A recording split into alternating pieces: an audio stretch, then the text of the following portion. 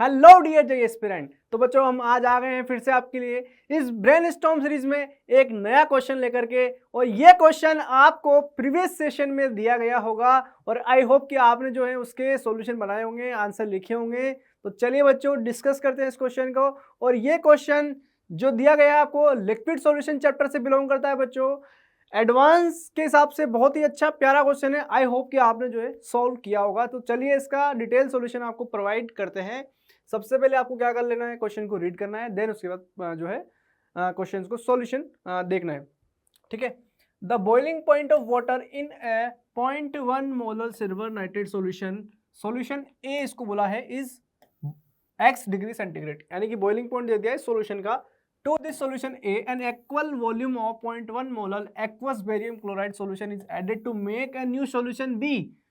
The difference in boiling point of water in two solutions A and B is y into 10 की power -3 degree centigrade. देखिए एक solution A है AgNO3 silver nitrate का और दूसरा solution बनाया हमने 0.1 मोलर एक्वस BaCl2 जब उसमें ऐड किया उसको बोल दिया सॉल्यूशन B। और इनके बॉइलिंग पॉइंट का डिफरेंस y into 10 की पावर -3 डिग्री सेंटीग्रेड दिया हुआ है। Densities of solution A and B are the same as that of water and the soluble salt dissociate completely.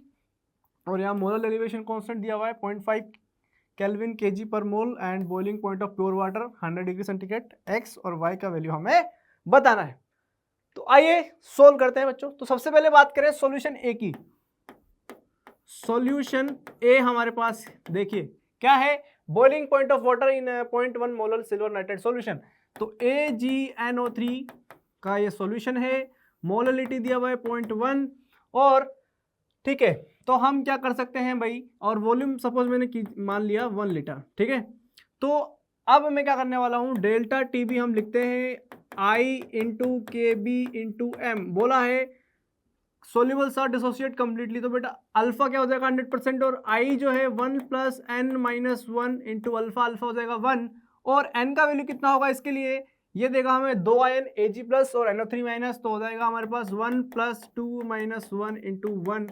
तो I का वैल्यू कितना आएगा हमारे पास 2। ठीक है। तो डेल्टा टी भी क्या आ जाएगा 2 इंटू 0.5 इंटू मोलरिटी कितनी है 0.1 और डेल्टा टी भी आ गया डिफरेंस इन बॉइलिंग पॉइंट, तो वो आ गया हमारे पास 0.1। और डेल्टा टीबी को अगर मैं लिखूं T B minus T B nought, T B nought क्या है boiling point of pure water और टीबी मैंने माना इस सॉल्यूशन का बॉइलिंग पॉइंट। तो बच्चों ये है 0.1 और टीबी यहाँ से निकल करके आ जाएगा 100 + 0.1 ये हो जाएगा तो 100.10 डिग्री सेंटीग्रेड। ये हमारा बॉइलिंग पॉइंट आ गया, यानी कि एक्स का वैल्यू तो हमारे पास आ गया। अब बात करें सॉल्यूशन बी की। तो देखिए सॉल्यूशन बी अगर मैं बनाता हूं सॉल्यूशन बी, तो मैं क्या कर रहा हूं AgNO3 हमारे पास है, उसके अंदर मैंने मिलाया BaCl2 और यहां अगर प्रोडक्ट की बात करें तो बनेगा AgCl प्लस बेरियम नाइट्रेट।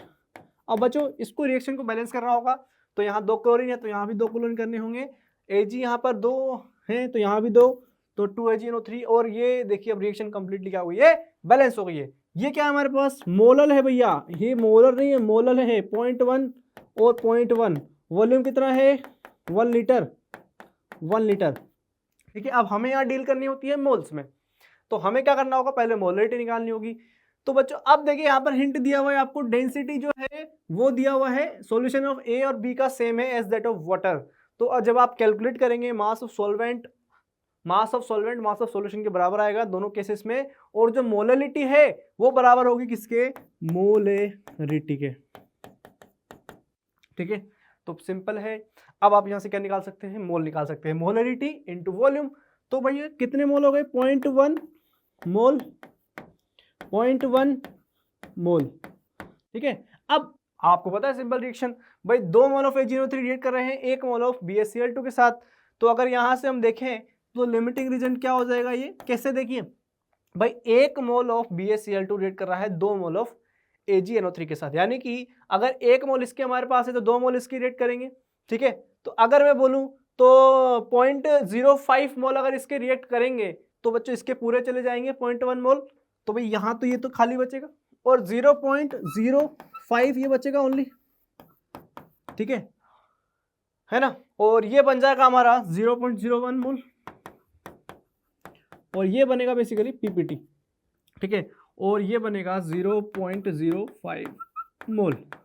भाई 2 मोल से 1 मोल बनेगा तो 0.1 से 0.05 बनेगा, ठीक है भाई। लिमिटिंग रीजन क्या है हमारा, ये है।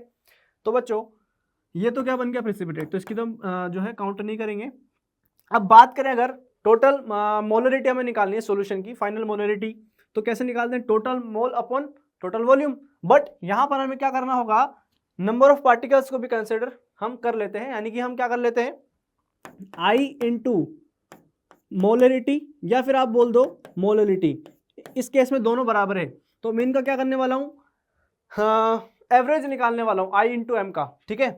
तो ये क्या हो जाएगा हमारे पास 0.05 टोटल मोल इंटू आई कितना होगा, देखिए n बराबर 3 है और अल्फा है 100%, तो 3 प्लस 0.05, यहाँ पर भी आई कितना है 3 है, यहाँ पर भी आई कितना है 3 है, इंटू 3 डिवाइड बाई क्या हो जाएगा 2, टोटल वॉल्यूम, एवरेज नहीं है टोटल वॉल्यूम से डिवाइड किया है, ठीक है।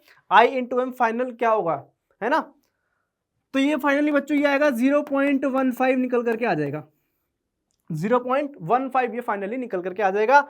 और अब आप बात करें सॉल्यूशन बी में, तो सॉल्यूशन बी के लिए डेल्टा टीबी क्या लिखोगे, आई इंटू के बी इंटू एम। बच्चों आई इंटू एम का वैल्यू तो हमें पता चल गया 0.15, तो 0.15 इंटू के बी है 0.5, तो ये हो जाएगा 0.075, ठीक है। तो ये तो है डिफरेंस इन बॉइलिंग पॉइंट, ठीक है। तो अब मैं क्या करने वाला हूं, ये मान लो डेल्टा टीबी डैश है और ये डेल्टा टीबी है, ठीक है। तो T B dash minus T B nought, भाई डिफरेंस इन बॉइलिंग पॉइंट क्या होगा, ये हमारा boiling point of this solution और ये boiling point of pure water. तो बच्चों ये 0.075 is equal to T B dash minus T B nought कितना 100, तो टी बी डैश कितना हो जाएगा 100.075, ठीक है। तो ये आ गया boiling point of this solution. अब y क्या है, difference of boiling point of solution A and B। तो डिफरेंस क्या होगा, इन दोनों का डिफरेंस, इन दोनों का अगर आप डिफरेंस निकालोगे बच्चों, तो ये आ जाएगा हमारे पास T B minus T B dash करोगे अगर आप, तो ये आएगा 0.025, फाइनली हो जाएगा 25 इंटू 10⁻³ और आप कंपेयर करेंगे अगर, तो कहाँ है y, ये रहा। तो अगर आप कंपेयर करेंगे तो y का वैल्यू यहाँ से हो जाएगा बच्चों 25 यहाँ से जो है y का वैल्यू नजर आएगा, यानी कि x का वैल्यू तो क्या है भाई, ये x का वैल्यू है 100.10 और y का वैल्यू कितना हो जाएगा, y का वैल्यू हो जाएगा 25, ठीक है। कंपेयर करेंगे y का वैल्यू हो जाएगा 25, तो फाइनली ये आंसर इस क्वेश्चन का होगा बच्चों। और इस तरह से जो है आप कर सकते हैं बाकी क्वेश्चंस भी। और आपको अब क्या है, इस सेशन में एक क्वेश्चन दिया जा रहा है, वो आपको नेक्स्ट सेशन में उसका सॉल्यूशन जो है प्रोवाइड किया जाएगा बच्चों, ठीक है। Thank you, all the best.